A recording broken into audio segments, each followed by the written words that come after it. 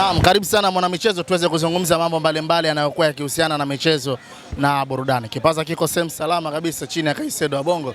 Unaweza kuniita Derek David Kaimba. Kama bado hauja-subscribe, fanya hivyo uwe wa kwanza kupata taarifa mbalimbali zinazokuwa zikihusiana na michezo na burudani. Na ripoti kutokea hapa katika vijiwe vya Mwembe Yanga. Niye na madhumuni yangu niweze kukupasha mambo mbalimbali yanayokuwa yakihusiana na michezo na burudani.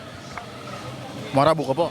Alhamdulillah, tuko poa. Sema upo? Tunashukuru Mungu. Heri kabisa. Familia haijambo. Uko poa? Kabisa. Bwana, nianzie hapa. Wekundu wa Msimbazi Simba Sports Club jana wamemtangaza kocha mpya Steven Barkley, ndio ambaye anakwenda kuhudumu kwa sasa akiwa kama kocha mkuu wa klabu ya soka ya Simba Sports Club. Mnasemaje kwa hili wana Simba? Mmetoka kwenye meneja, mmerejea kwenye kocha kama ilivyokuwa tamaduni yenu? Mimi sioni kama shida ilikuwa sana ni kocha. Yaani sijaona kama shida ni kocha. Shida ni mfumo na system ya uongozi wa Simba Sports. Shida ni mfumo na system nzima ya uongozi wa Simba Sports. Tudadafulie kidogo hapo. Kivipi? Kwa sababu recently hapa wamepita makocha wangapi? Fadlu, akaja Pantevu, amekuja Barkley. Na huyu pia naye timu ikifanya vibaya ataondoka. Kwa structure nzima sio kwamba shida ni mwalimu. Uongozi wenyewe una shida. Ukae ujitathmini, ujitafakari, ujichuje. Alafu ubaki na ile cream inayotakiwa kwenda ndio tuende nayo. Kivipi hapo kwenye uongozi? Mbona kama hujaiweka sawa hivi? Kwa sababu yani uongozi ukiwa hauko stable, huku chini lazima kutakuwa kuna vurumai tu. Wewe umeshaona uongozi wa Yanga. Msimu uliopita walibadilisha makocha watatu. Ushaona timu ndani ya msimu mmoja inabadilisha makocha watatu na ubingwa wanabeba?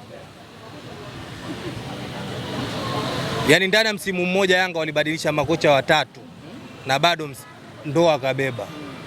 Si umeelewa?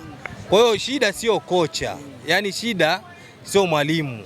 Yaani ile timu akichukuliwa John Boko, simamia haya mazoezi, simamia hii timu. Timu inafanya vizuri. Timu inafanya vizuri kwa sababu wale wachezaji wote ni professional, wanajielewa. Sijui umeelewa vizuri. Kwa hiyo kuna vitu pale ndani watu wanatafunana wenyewe kwa wenyewe. Yaani kuna usaliti. Huyu atampa maelekezo huyu atampa maelekezo huyu. Hatuwezi kufika, sio nguvu moja hii. Hatuwezi kufika, hamna nguvu moja staili hiyo. Kwa hiyo makocha wanatolewa kafara tu, bwana kocha anafanya vibaya. Kocha anafanya vibaya, lakini ukiangalia mimi sioni Pantev kafukuzwa kwa sababu zipi. Sijaona mimi bado. Sio kama timu ilikuwa ifanye vizuri. Timu haifanye vizuri, walitaka afanye nini?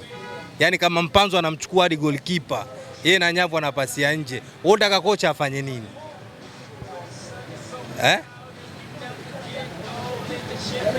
Jonathan Soa, wewe na Nyavu unashindwa kufunga, kocha afanye nini? Yaani kama kocha afanye nini? Ndio maana nakwambia kocha, kazi ya ukocha ni ngumu. Na makocha wanatolewa kafara tu. Umeshanielewa? Mchezaji ni wa timu, kocha ni kocha mwenye anajitegemea. Umeshanielewa vizuri? Na ndio maana timu inapopata matokeo mabaya kocha anaambiwa nenda. Lakini mchezaji aliyesababisha timu ifanye vibaya anabaki. Mchezaji wa timu. Kocha anajitegemea, jeshi la mtu mmoja. Kwa hiyo akifa ndio vita imeishia hapo. Ameondoka Pantev ndani ya Simba, anakuja Steven Barkley. Pengine labda kuna kipi ambacho kinaweza kikabadilika? Ama ndio uongozi ukae chini ujitathmini kwa hiki ambacho amekifanya? Kama uongozi hautojitathmini hamna kitu kitakachobadilika. Yanga atachukua kombe msimu huu, atakuja atachukua tena msimu ujao mpaka pale utakapoona basi sasa inatosha. Kama kwa uongozi wetu huu, yani kauli zinakuwa mbili, hakuna msimamo, hakuna umoja, hakuna nini. Hakuna tunachokifanya. Kwa sababu ukiwa kama mtoto wa familia, mama na baba akiwa elewani ndani, utajua tu. Yaani hata kama wakija mbele yenu sitting room pale, mnakula nao, wanacheka, wanafanyaje, lakini kama hakuna maelewano, utajua tu. Yaani haijifichi, iko hivyo. Kwa pale Simba Sports sisi wenyewe tunaona. Yaani hakuna umoja, hakuna ile kauli moja bwana. Akizungumza Magori imezungumza klabu, akizungumza Mangungu imezungumza klabu. Utakuta huyu ana kauli yake, yule ana kauli yake, huyu anamchukia huyu ana huyu. Hakuna nguvu moja. Alafu tunaumia ni sisi mashabiki. Tunaumia ni sisi. wao maisha yao yataendelea, watakaa, watakutana, watajadili, watakutana na viongozi wengine na wa Yanga, marafiki zao, yani hakuna hata pressure. Lakini sisi tunaishi katika wakati mgumu, kwa sababu utoke kwanza nyumbani hadi unafika ofisini kwako, watu wa Yanga wanakung'onga tu kama ving'ora vya ambulance. Alafu wewe uende urudi unapagawa yani. Mashabiki wa Yanga wanawafanyaje? Kama ving'ora vya ambulance sasa hivi wanaongea wao tu. Hivyo yani vurugu. Sasa unavumilia tu na maisha lazima endelee, utafanyaje? Kuimba kupokezana na zamu yao, lakini wenzetu wanaimba sana sasa. Hawataki hata kushuka stage, wanaimba wao tu. Lakini yote kwa yote mambo yanakuaga na muda wake. Yanakuaga na muda wake. Vitapita tu, yatapita. Bwana, jana pia tumeshuhudia kikao cha Simba Sports Club. Murtaza Ali Mangungu pamoja na Celsius Magoli wamekaa na wamezungumza na kusema kwamba mchakato unaelekea kwenye hatima ya kumalizika. Kwa hili wana Simba mnasemaje? Ajenda zilikuwa nyingi, wakazungumza mambo mbalimbali, hata pia sababu pia Mangungu kwenye kumaliza kikao cha tarehe 30 amezungumza kwamba ajenda zote alishazimaliza, ikamlazimu yeye kwenda kwa sababu aliwauliza wanachama pengine kuna ukakasi kwenye hili, kila mmoja kwenye kuona ukimya, basi ilikuwa inamaanisha kwamba tayari kumbe na wao pia walikuwa wamekubali kwenye kile ambacho walichokuwa wamekubaliana kama mashabiki pamoja na uongozi. Yani ifikie stage, yani ifikie mahali, yani kama wananchi wakuelewi, wewe kama kiongozi unaoongoza wakuelewi, kaa pembeni tu. Mbona kujiuzulu afu ukaamua kukaa pembeni? Mbona unakuwa heshima yako kubwa sana? Sio ile unatolewa kwa mapanga au nini? Yani ikifika stage ukaona hapa mimi mwenyewe sasa hapa nikiongea watu wanasema B, hapa siwezi.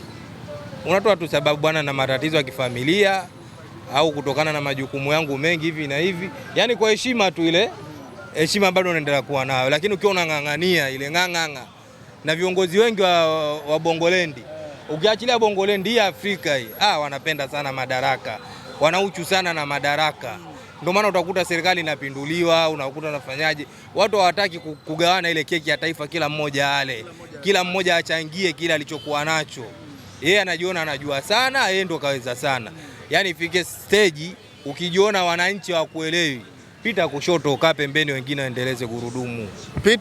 Pita kushoto wengine, kwa sababu kabla yako wewe walikuwepo watu na baada wewe watakuwepo watu. Mungu hajawahi kuumba yani utawala wa milele, hajawahi kuumba. Na ingekuwa kaumba hivyo leo tungekuwepo na Adamu, tungekuwepo na Ibrahimu, tungekuwepo na Suleimani, wote wangekuwepo. Lakini uongozi ni fursa ile, yani mbio za kijiti, ongoza kwa nafasi yako, mwachie huyu mpaka pale mwisho wa dunia utakapofika. Naelekea Januari, mechi inayokuja ni dhidi ya Esperance de Tunis. Kwa hiki ambacho mnachokiona wana Simba, ni muda sahihi sasa wa kutulia na kufanya kile ambacho kinachoitarajia na kuona kwamba Simba yenu inawakilisha vyema kwenye michuano ya kimataifa chini ya kocha huyu mpya, na waache mambo ya minongono, timu ifanye vizuri, wachezaji wajitume, wahakikishe wanapata matokeo. Mimi ni mtu ambaye uwaga, yani natoaga kauli ngumu sana kuhusu Simba Sports, na kuwekea hata ya nyumba kwa jiwe kuhusu Simba Sports, kuhusu swala lolote linalohusu Simba Sports. Lakini sasa hivi 2000 siibeti Simba kuhusu kwamba inaenda robo finali. Yani Simba kwenda robo finali msimu huu ni sasa naangamia kupita kwenye tundu la sindano. Mara ya kwanza ulikuwa unasema hivyo chini ya kocha Pantev. Shehe, mpira ametatua kinyanyua kushoto. Mambo si yanaenda yanabadilika babu. Nakwambia hivi, Simba kwenda robo finali kipindi hichi msimu huu, tujipange upya mwakani. Ni sasa naangamia kupita kwenye tundu la sindano. Haiwezekani Simba kwenda robo finali. Ni sasa naangamia kupita kwenye tundu la sindano. Umekata tamaa? Amisha kata. Sio tumekata. Kila mtu na maoni yake na mawazo yake. Mimi kama mimi. Lakini ni ngumu sana. Sana yani. Kwa sababu tushafanya utoto sana. Mpira bwana, mpira mchezo wa wazi, mpira mchezo wa hesabu. Huyo Esperance ana pointi moja. Sisi tuna pointi 0. Esperance mwenyewe anatupigia pointi 6 zetu, yani pointi zake 6 tunazo sisi. Ile ya Songa anapiga hesabu 6 ziko kwa Simba. 6 ziko kwa Simba Sports. Na hii timu bado haina muunganiko, hakuna utulivu, hakuna nini. Watachukua 6 wale, tupo hapa.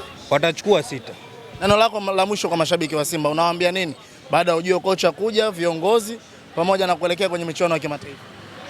Sasa ile kauli ya nguvu moja Simba Sports, naona tutafute kauli mbiu nyingine. kauli mbiu nyingine tuitumie. Hii nguvu moja hii tuachane nayo, kwa sababu hatuitendei haki. Hatuitendei haki kabisa yani. Hakuna nguvu moja kwa washabiki, kuna usnichi. Hakuna nguvu moja kwa viongozi, kuna usnichi. Yani hakuna nguvu moja sehemu yoyote. Yani ile ndani hakuna nguvu moja, kila mtu ana lake. Kwa hiyo kama ikiwezekana watafute kauli mbiu nyingine tutumie, au huyo ubaya ubwela waweke pale tutumie, lakini nguvu moja hii hamna kitu. Kwa hiyo Simba ubaya bwela hamna nguvu moja Simba Sports. Kila mtu ana lake, kila mtu ana lake kichwani. Yani kiwezekana hivi, yule aliyowafunga kina Veva na Kaburu nani?